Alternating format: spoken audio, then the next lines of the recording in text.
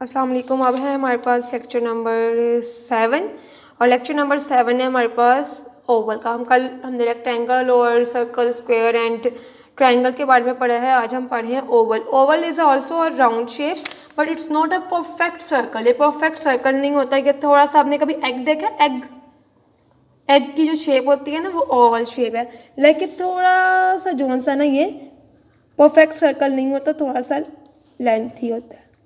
yes, ठीक है, it's a oval but oval is also a kind of circle. तो इसकी भी an oval has no sides and no corners. Okay, no sides, it's a circle shape but it's different from circle, and no corners. Okay, an oval has no sides and no corners.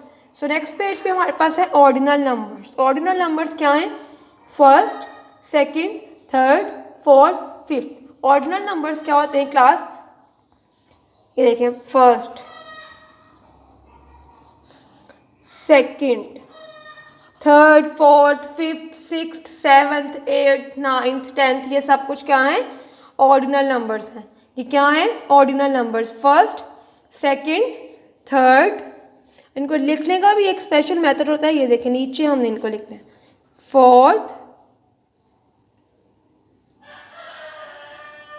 और फिर fifth. Third तक हम इनको नीचे लिखते हैं, फिर fourth, fifth हम ऐसे लिखना शुरू करते हैं।